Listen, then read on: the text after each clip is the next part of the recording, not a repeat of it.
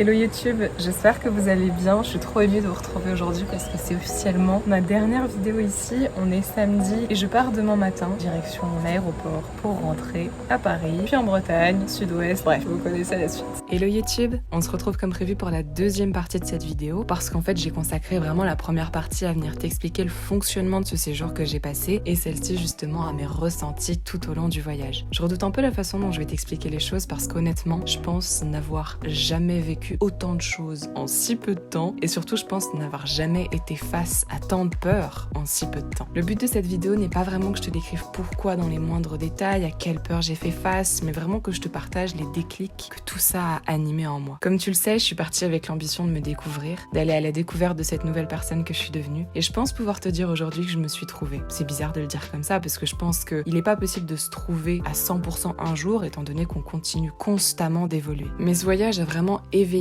énormément de choses en moi que j'arrivais plus à voir, que ce soit des peurs, des blessures, des angoisses, des besoins, même des nouvelles habitudes ou des désirs. J'ai tenu une sorte de carnet, un journal intime dans lequel je notais au maximum chaque jour mes ressentis de l'instant et comment ceci évoluait. Et d'ailleurs, c'est trop drôle de le lire une fois terminé. J'ai fait face à beaucoup de choses qui m'ont poussé à me découvrir dans mes moindres retranchements. Et c'est là où je me dis que ce voyage a juste été merveilleux. Mais alors, pourquoi suis-je partie plus tôt que prévu? Parce que oui, au cas où tu le sais pas, j'étais censée rester 6 semaines entières et je suis partie au bout de 3 semaines et quelques jours. Et pour te la faire court, je suis partie pour des raisons de sécurité. Disons simplement que je voulais pas que ce voyage se transforme en un souvenir que je souhaitais pas, mais qu'il reste gravé dans ma mémoire comme quelque chose que j'avais voulu. Un voyage avec et pour moi-même. Et ça peut paraître drôle, mais ma décision de partir, elle a été prise entièrement en accord avec moi-même et surtout pour moi-même et ma propre sécurité. Et c'est probablement une des seules fois que j'ai pris une décision tant en accord avec moi-même, autant alignée, disons. Et en vrai, je te dis ça comme ça, mais ça a aussi été une des décisions les plus difficiles que j'ai probablement eu à prendre jusqu'à maintenant. Pourquoi? Parce qu'en fait, j'assimilais le fait de partir plutôt à un échec, une incapacité de terminer la mission que je m'étais donnée, cet objectif que je m'étais fixé, un abandon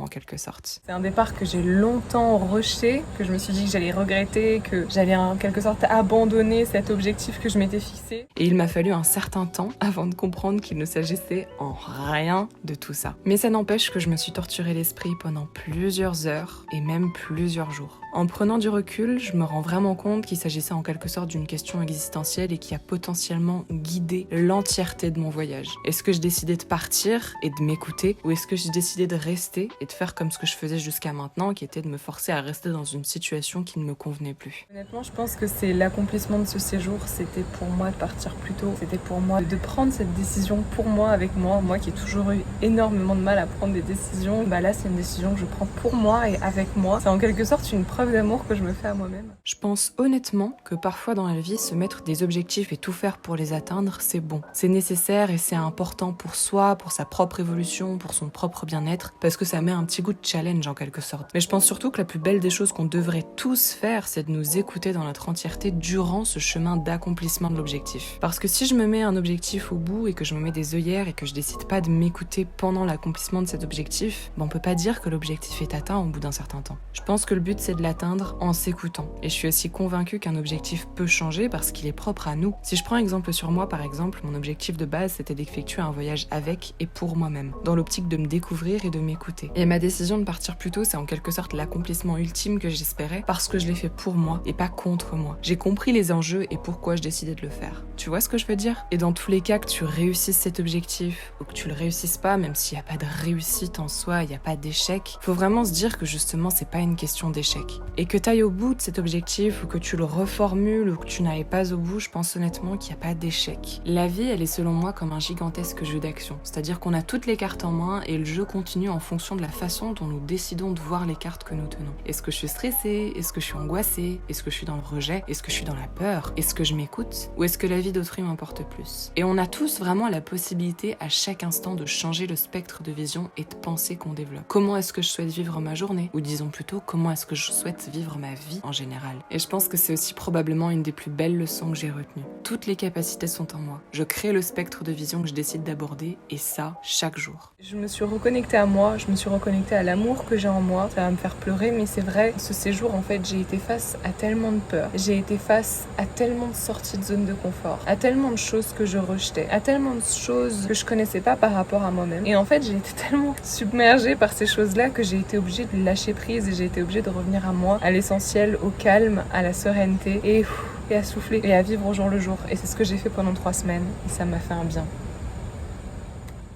Quand j'ai quitté le camp, je me sentais sereine parce que je savais pourquoi j'avais pris cette décision. Forcément, j'avais une petite part de moi qui était triste parce que ça marquait la fin d'une aventure. Mais j'étais surtout excitée à l'idée de rentrer pour commencer une nouvelle aventure que je vis aujourd'hui. Et c'est là où je me rends compte encore plus que tout est question de spectre de vision. Je sais que je rentre en France avec plein de choses à raconter, avec un bagage émotionnel, avec plein d'histoires, avec des sensations, des rencontres, des découvertes vis-à-vis de moi-même, vis-à-vis d'autres personnes qui sont partout dans le monde. Et c'est juste ouf. Et d'ailleurs, j'ai ma petite mascotte avec moi en souvenir. Et fun fact d'ailleurs sur les paresseux, quand t'es face à eux, c'est impossible d'être en colère, d'être triste ou d'être énervé. Parce que leur regard et leur sourire est tellement pur et bon que t'as qu'une envie, c'est de sourire à ton tour. Et ma petite mascotte me rappelle de ça chaque jour. Je me suis envolée avec des souvenirs, des rencontres, des expériences, des peurs, des découvertes et des pleurs. Beaucoup de pleurs, plein la tête. J'ai l'impression d'avoir évolué vers une nouvelle version de moi-même, j'ai l'impression de m'être découverte sous un autre angle, sous même différents autres angles. Et ça fait trop du bien. Franchement, j'ai l'impression d'avoir upgrade sur l'échelle de ma vie en quelque sorte. Merci le Costa Rica pour tout ce que tu m'as apporté.